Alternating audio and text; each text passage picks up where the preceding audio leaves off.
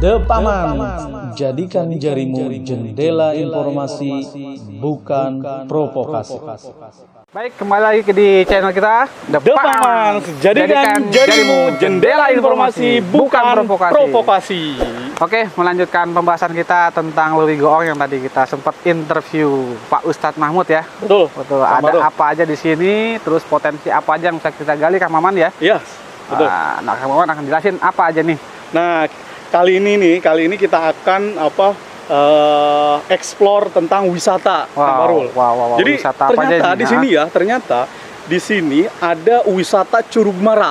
Curug Mara. Curug Mara. Kedua, ada wisata religi. Jadi tafakur alam. Oke. Apalagi nih, Kang Maman? Nah, ini wisata dua ini yang kita akan explore, Kang Barul. Ya, siap. Nanti kita akan ketemu sama ada muridnya Pak Ustadz, sekaligus anaknya dia nanti yang akan mandu kita. Oke. Makin penasaran mungkin Pak Mas ya semuanya ya. Berhubung cuaca juga agak ekstrim ya, kita mungkin nggak banyak berbincang di sini. Kang Maman gimana? Siap, kita langsung let's go ya. Siap. Oke, Pak Maman. Let's go. Sip. Ikut. Ayo.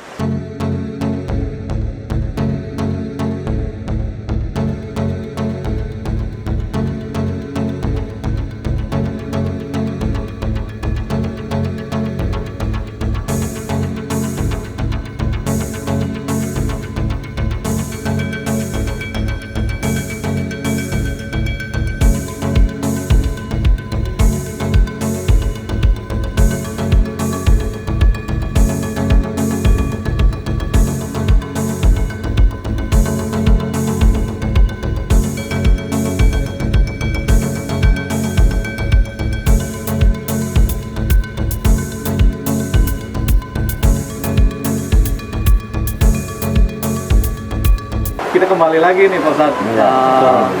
Kita mau gali nih informasi wisata Curug Mara sama wisata religi nih. Nah, gimana Kang Barul? Ada yang mau ini nggak kulik-kulik nih? Saya penasaran wisata Curug Mara nih sebenarnya. Cuman kita harus step by step ya. Oke. Ada wisata religi apa sih Pak Ustadz di sini? Oh iya. Jadi wisata religinya diantaranya ada peninggalan yang Haji Surya Kencana, disebutnya Batu Haji, ada di sebelah sana. Ada di sebelah sana ya. Ada juga Punden Berundak di sana ya, dan juga di sana ada Sumur 9, ada peninggalan Syekh Jakaria, Sikabayan, ada juga ibaratnya tempat pemandian namanya Lewi Goong. Lewi Goong. Lewi Goongnya, pemandian Lewi Goongnya. Iya. Ini berarti ini ya Pak Ustadz, orang bisa tafakur di sini. Kenapa bisa disebut tafakur alam gitu, Ustaz? Ya pada dasarnya emang faktor alamnya juga mendukung ya, asing daripada yang lain gitu, bagus gitu. Yang keduanya emang ada sejarahnya juga kan gitu. Jadi nggak sembarangan orang tafakur di suatu tempat kalau memang itu tempat itu mengandung historis gitu atau sejarah kan gitu. Gitu. Di antaranya seperti ini ada Curug Batu Korsi kan, Curug Kemuning, ini Curug Cepat Tahunan. Nah ini kan Curug Cepat Tahunan itu yang tembus dari Kebun Raya ke sini gitu. Dari Kebun Raya ke sini. Ya, gitu. Dan ada berkaitan juga dengan Kebun Raya. Kebun Raya kan ibaratnya sangat kental sekali dengan mistis. Betul. Prabu Siliwangi. Ya, seperti itu. Berarti memang ada berkaitan ya? Ada berkaitan. Nah mungkin pemirsa juga kepo nih, pengen jelajah satu persatu nih Kang Maman ya sepertinya ya. Penasaran juga, kita mungkin akan ajak Pak Ustadz ke sana ya Pak Ustadz ya. Boleh. Minta di guide lah kita. Minta di guide pertama. Sampai ke Lewi Goong, tinggal untuk ibaratnya wisatanya. Betul. Anak saya yang nganternya ajingan nih ya. Nantinya. Itu ya Kang Maman ya. Siap. Pokoknya nanti kita dipandu sampai ke bawah itu sama Ustadz ya, nanti kita pas di Curug Mara itu sama Kang Jihan ya. Oke. Siap.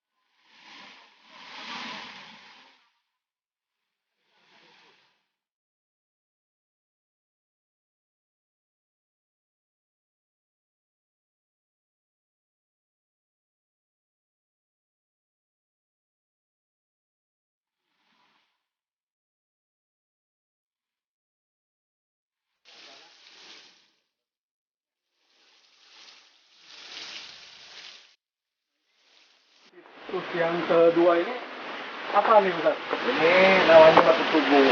Batu tugu. Ya, kalau dulu katanya kita ngambil air di sini gitu, buat apa, buat syariat atau apa ya.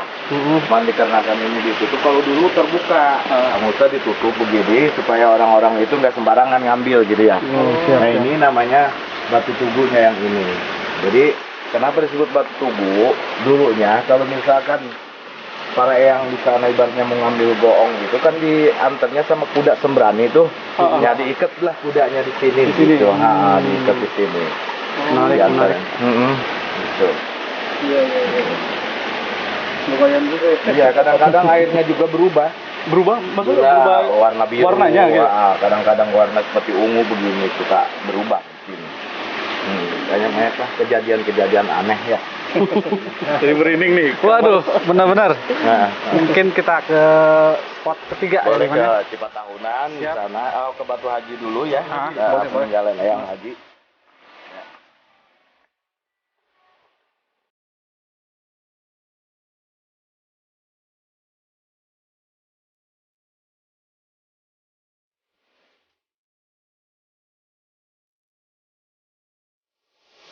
Ini lokasi ketiga ya, Bang ya? Ya, Apa ini namanya? ini namanya Batu Haji yang Surya Kencana ya. Jadi sebelum ibaratnya yang Surya Kencana ke Kampung Ibu Gunung Buner ya, sekarang yang udah terkenal di sana Kampung Ibu, ya sebelumnya di sini dulu. Jadi akhir abad 16, awal abad 17. Betul. Jadi setelah itu beliau baru ke Gunung Gede. Oh, gitu ya. Nah, di sini dulu di beliau itu tirakatnya di sini. Tirakatnya di sini Maka ya. gelar hajinya itu emang di sini gitu. Oh. Nah, orang Oke, pada oke. lihat, pada tahu ya. Siap. Kalau misalkan ini seperti ini, kalau ibaratnya perwujudannya seperti batu, tapi kita lihat adabnya seorang murid sama itu gurunya itu seperti ini, tawadu, kayak orang tawadu gitu, seperti itu. Nah, Kalau ini sendiri apa? nah ini seperti ini ya sisa-sisa yang lain lah rentetannya. Kalau ini seperti pengkuyan buat bakar-bakar apa dulu mah buhur, atau buhur atau gahru gitu. Iya. Ya, semacam ini peninggalan dulu. Menarik sekali ya pemirsa di Paman ya. Batu, cuman sejarahnya panjang banget gitu. Sejarahnya panjang. Betul. Dikupas nggak cukup ini ya, 1 jam 2 jam mungkin. Kalau ini kan khasnya ini kan. Oh iya. Udah berbentuk fosil aja gitu. Batu. Kalau cerita-cerita lain yang di bawah, kenapa ada batu di sana itu jelmaan-jelmaan seperti harimau atau apanya, pendamping. Oh gitu ya. Semacam abdi dalam ya kalau saya bilang. Iya. Abdi dalamnya ya, prajurit. Menarik. Nah, selanjutnya kita ke spot mana lagi nih untuk Kang Man? Kita selanjutnya ke Cipatahunan. Ke Cipatahunan. Cipatahunan. Oh, Cipatahunan. Iya. Iya, Ada yang ada di bawah ya. Mari, bisa.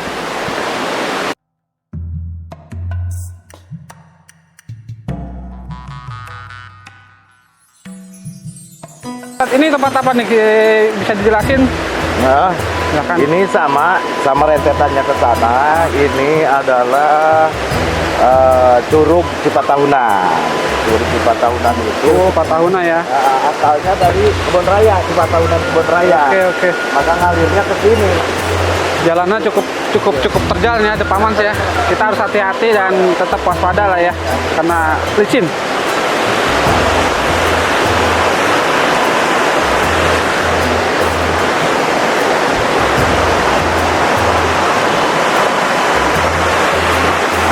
Inilah Cipatahunannya. Ya, Cipatahunan. Terus kalau misalkan orang dari mana-mana punya masalah atau apa, dia suka nenangin di sini sambil zikir gitu. Gitu ya. Untuk pengobatan juga, kalau misalkan ibaratnya penyakit secara medis atau non medis, ibaratnya suka beliau itu ibaratnya atau mereka itu suka di sini Netralisir badannya di sini. Iya, netralisir di sini. Bahkan menurut orang-orang yang memang udah pengalaman di sini ya, itu banyak penampakan di saat mereka ibaratnya zikir di sini deh. The Paman ya. Ada ibaratnya yang pakaian kerajaan atau apa, ada harimau atau Wujudnya apa. macam-macam Pak Ustadz ya. Oh iya, ada kujang apa aja di sini. Nah, gitu. Menarik, Nah, ini tuh diantaranya ini kan kolor buaya.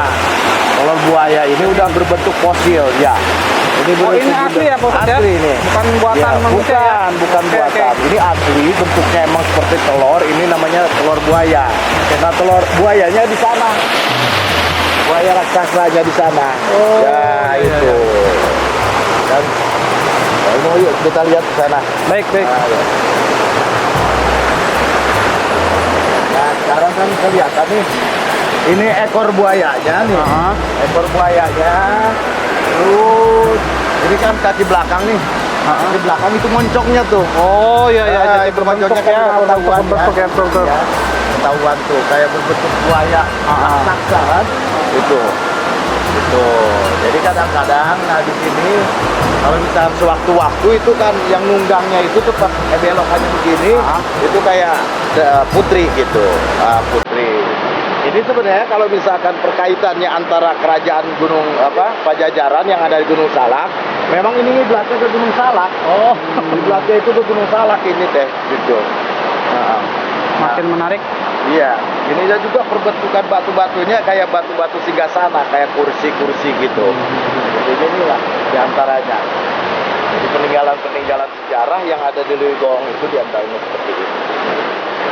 Makin banyak yang kita tahu ya, Kang Maman ya, tentunya. Iya. Jadi banyak pengetahuan juga. Betul, betul, betul, betul. Ya, ayo kita lihat. Mari, Om. Ini kita ke mana lagi nih, Ustaz?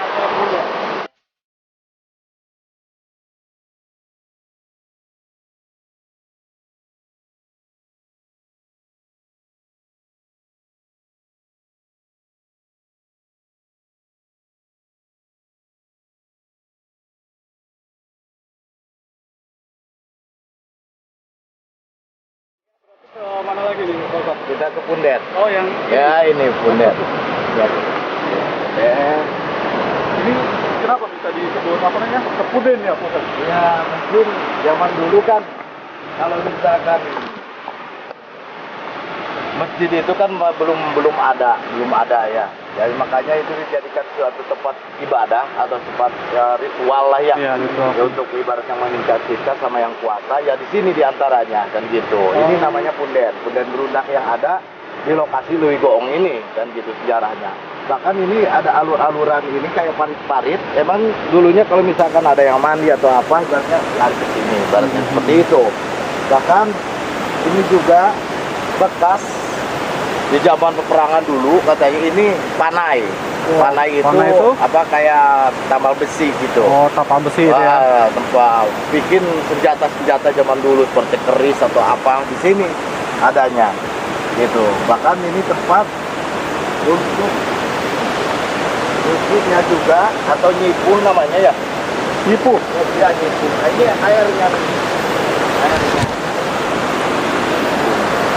Kalau misalkan ibaratnya keris itu udah dibuat, senjata itu udah dibuat, nah di sini disipu, dituain atau diisi barang-barang itu seperti ini. Oh, gitu ya. Itu nggak ada alirannya di sini, emang nggak ada. Gitu. Nah ini kan kelihatan kayak bekas-bekas kaki zaman dulu ya. Iya. Gitu, Telapak kakinya dulu tuh. gitu ya. Nah ini namanya lumpangnya di sini. Nah, ini lumpangnya ada. Kayak lumpang ini. Iya, kayak lumpang. Kalau misalkan dia mau bikin apa di sini. Gitu. Itu nggak perlu diundang. Jadi jatuh semuanya ke sana sampai ke Keramat Gunung Putri tadi. Jadi ini rentetan dari sana. Ya. Ini Leuwegoongnya.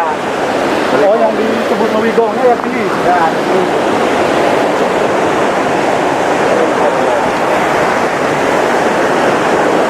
Jadi kalau misalkan ibaratnya kenapa di Leuwegoong dulu, kalau misalkan ibaratnya ada serangan-serangan musuh-musuh Pajajaran katanya, ini bunyi.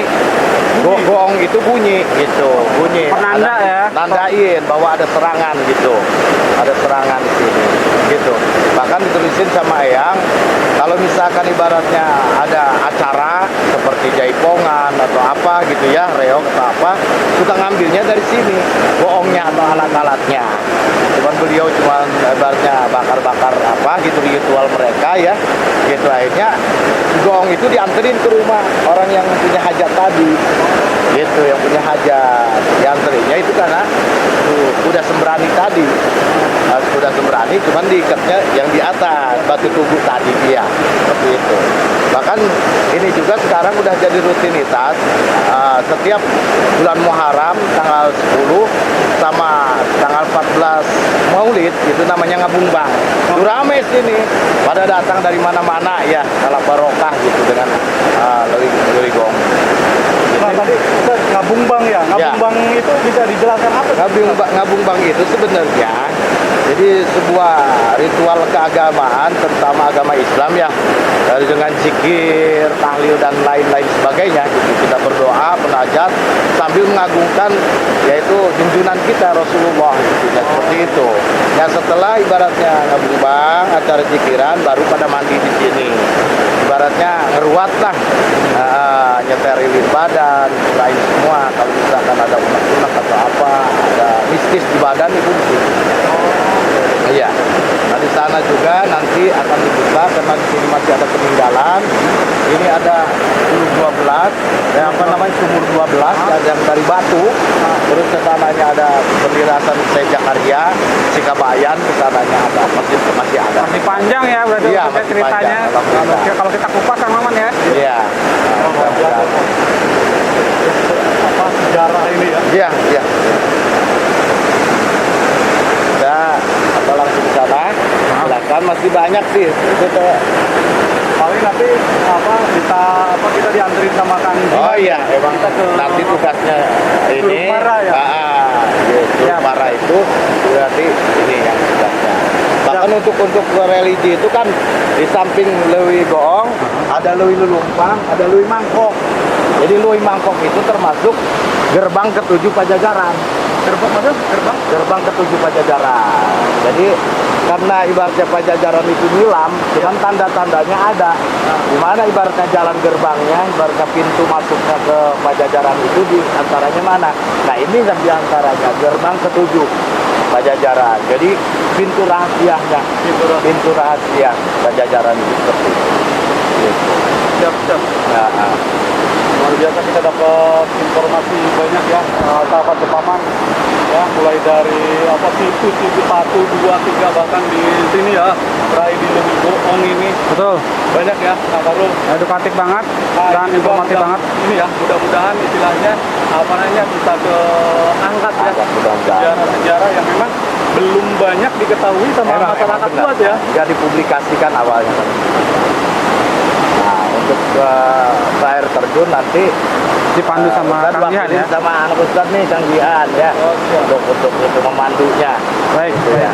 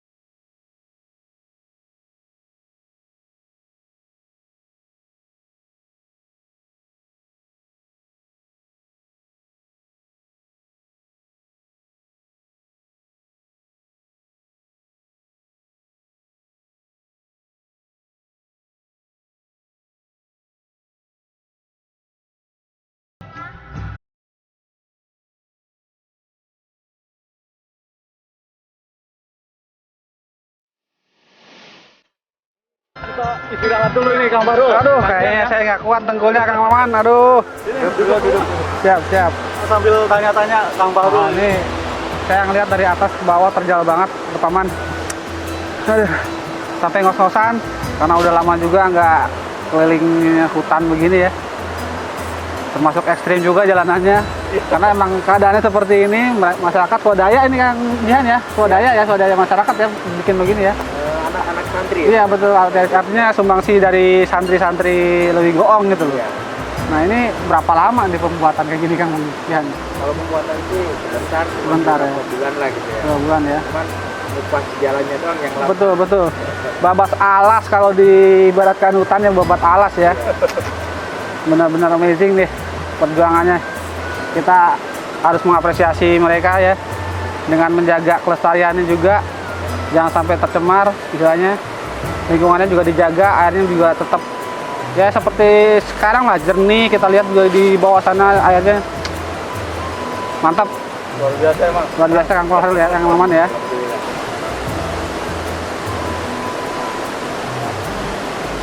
Oke, Kang Maman udah berapa kali sih sini? Saya kayaknya baru sekali ini udah pegel banget Kang Maman ini. Baru waktu pas kesini, Kang Baru, itu lewatnya sana memang. Oh. Jadi belum kesini, jangan. Nah, ini sebenarnya ide siapa sih sampai bisa kayak gini? Sebenarnya bukan ide dari siapa. Tadinya kan ada yang ambil babu ya anak santri. Kalian aja pengen tahu lah kepo sini gitu. Tadinya ini akar semua. Akar semua tadi. Oh. Bambu semua. Oh. Tadinya awal mulanya dari pengambilan bambu tuh. Ide ringannya ya, sebenarnya ide ringannya pengen penasaran nih bambunya bisa nggak sih sini. Nggak taunya kita seperti yang kita lihat banyak tangga dan terus ya ukuran hutan safety lah untuk kita ya. Cuman agak fisiknya aja dijaga agar kuat sampai atas dan nanjak lagi ke atas lagi ya. Jadi Nah, gitu aja. Waktu pas ada izin dari ini nggak Pak Ustadz ini ya udah nggak apa-apa misalkan buat deh supaya jalan Betul. ini gitu. Ada izinnya, memang dari dulu juga sebenarnya pengen cari jalan gitu. Gimana caranya ketika ada air deras ya kan salah kalau bahasa kitanya ya. Iya. Pengen ada jalan yang lebih aman gitu. Kalau sono kan otomatis jalan nggak ada. Baik Kang Maman, kayaknya cuaca juga kurang mendukung ya. Kita harus buru-buru ke bawah. Takutnya ya kemungkinan terburuk longsor atau apapun, kita nggak mau seperti itu ya. Mari kita ke bawah aja. Kita lanjutkan ya. Kita cukup.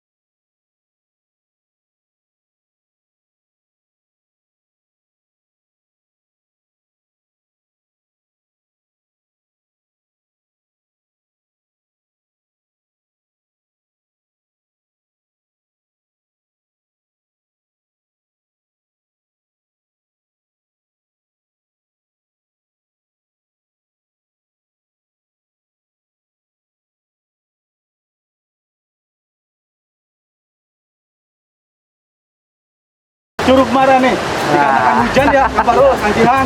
Jadi intinya kita cukup sampai di sini nih.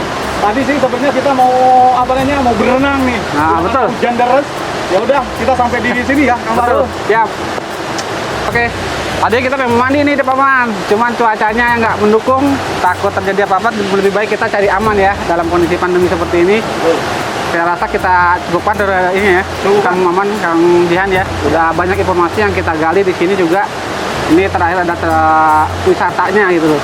Wisatanya terakhir yang Curug Muara yang bagus banget menurut gua gitu loh. Jadi jangan kemana-mana, tetap di channel The Pamas. Ya. Di episode selanjutnya kita akan bahas yang lebih menarik lagi The Pamasnya. Betul. Kang Maman, ada yang ingin disampaikan ke pemirsa The Pamas atau sahabat The Pamas? Saat ini sih ya mungkin cukup sampai di situ dulu ya. Betul. Lain waktu nanti kita ketemu kembali untuk bahas, untuk kasih informasi lainnya ya. Ya. Oke, siap. The Paman, jadikan Nanti jarimu jendela Jendela informasi, bukan provokasi. provokasi.